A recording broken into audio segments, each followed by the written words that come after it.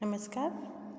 अब तक जो हमने पुनर्जागरण के क्षेत्र में पढ़ा था साहित्य के बारे में, उसके बाद हमने बताया था कि विज्ञान और गणित के बारे में हम चर्चा करेंगे कि पुनर्जागरण काल में विज्ञान के क्षेत्र में और गणित के क्षेत्र में क्या प्रगति हुई और कौन कौन वैज्ञानिक हुए थे।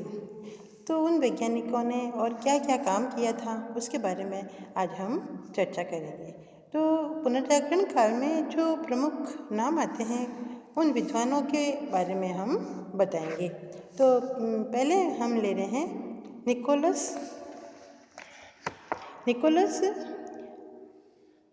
कोपरनिकस, यानी कि यह एक वैज्ञानिक थे। इन्होंने यह साबित किया कि पृथ्वी गोल है। पृथ्वी, चंद्रमा और अन्य ग्रह सूर्य की परिक्रमा करते हैं। फिर हम बताएंगे कि जोहान्स केपलर यह एक वैज्ञानिक थे और इन्होंने यह साबित किया कि पृथ्वी और दूसरे ग्रह सूर्य के चारों ओर वृत्ताकार पथ में नहीं बल्कि अंडाकार पथ में परिक्रमा करते हैं। थोड़ा थोड़ा अंतर है इनके विचारों में। गैलीलियो गैलीली यह भी एक प्रमुख वैज्ञानिक हैं उस काल के। इन्होंने यह सिद्ध किया कि गिरती हुई वस्तुओं की गति उसकी दूरी पर निर्भर करती है, न कि उसके वजन पर। इसने थर्मामीटर और हाइड्रोस्टेरिक संतुलन की भी खोज की थी। फिर है सर आइजैक न्यूटन। इसका नाम सभी ने सुना होगा। इन्होंने गुरुत्वाकर्षण के बारे में हमें जानकारी दी थी। तो इन्होंने बताया कि इसमें सार्वभौमिक गुरुत्वाकर्षण के सिद्धांत का प्रतिपादन इन्होंने किया और ये बताया कि गुरुत्वाकर्षण शक्ति क्या होती है, एक दूसरे की ओर आकर्षण करने की शक्ति क्या होती है, पृथ्वी में गुरुत्वाकर्षण शक्ति है। इन सब चीज़ों के बारे में उन्होंने विस्तार से और गहनता से लोगों को बताने का प्रयास किया था। विलियम हार्वे एक जीव वैज्ञानिक थे।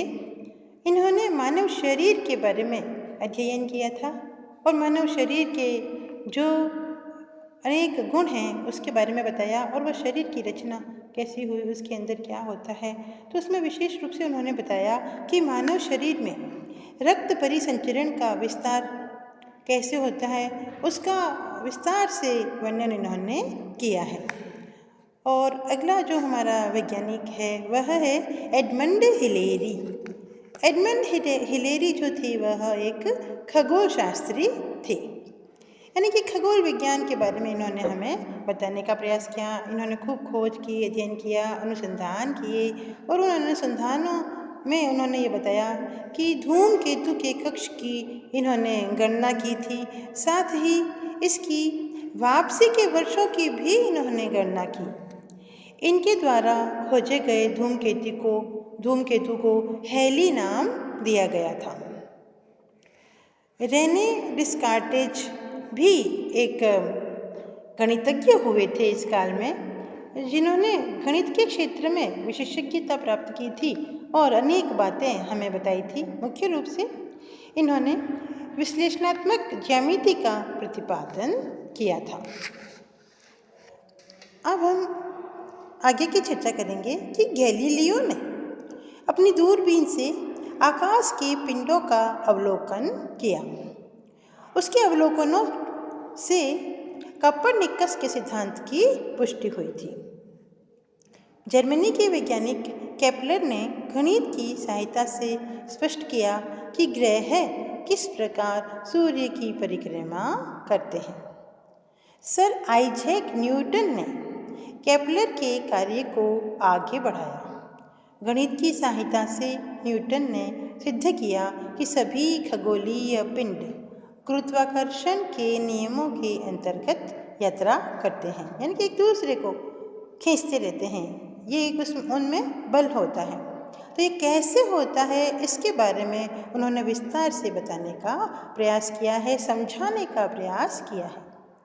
1543 ईस्वी में बेल्जियम वासी वैज्ञानिक वेसुलियस ने अपना सचित्र ग्रंथ व ह्यूमनी कॉर्पोरिस फैब्रिका प्रकाशित किया। इस ग्रंथ में पहली बार मानव शरीर की रचना क्रिया के बारे में पूर्ण जानकारी देखने को मिलती है।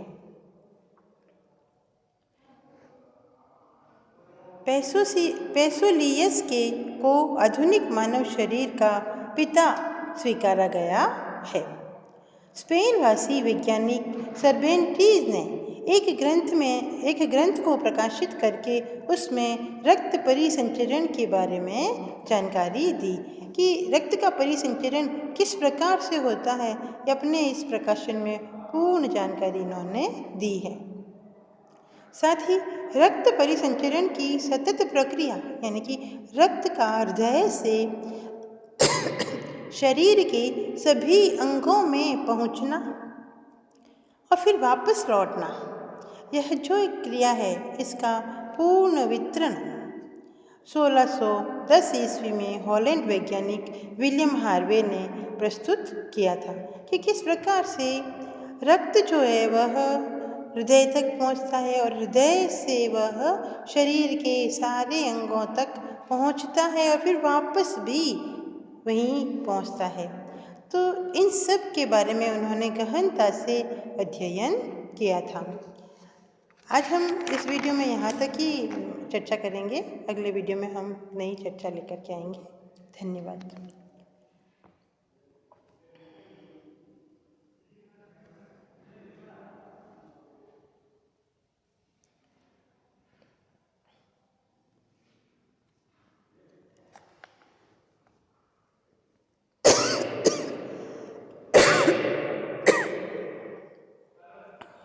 ये रिझावे कि नहीं?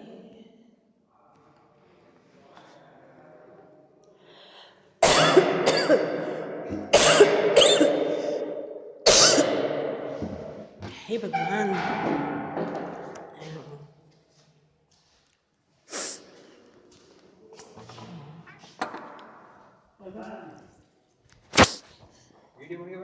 ओए 5 मिनट में बना निवेद दो।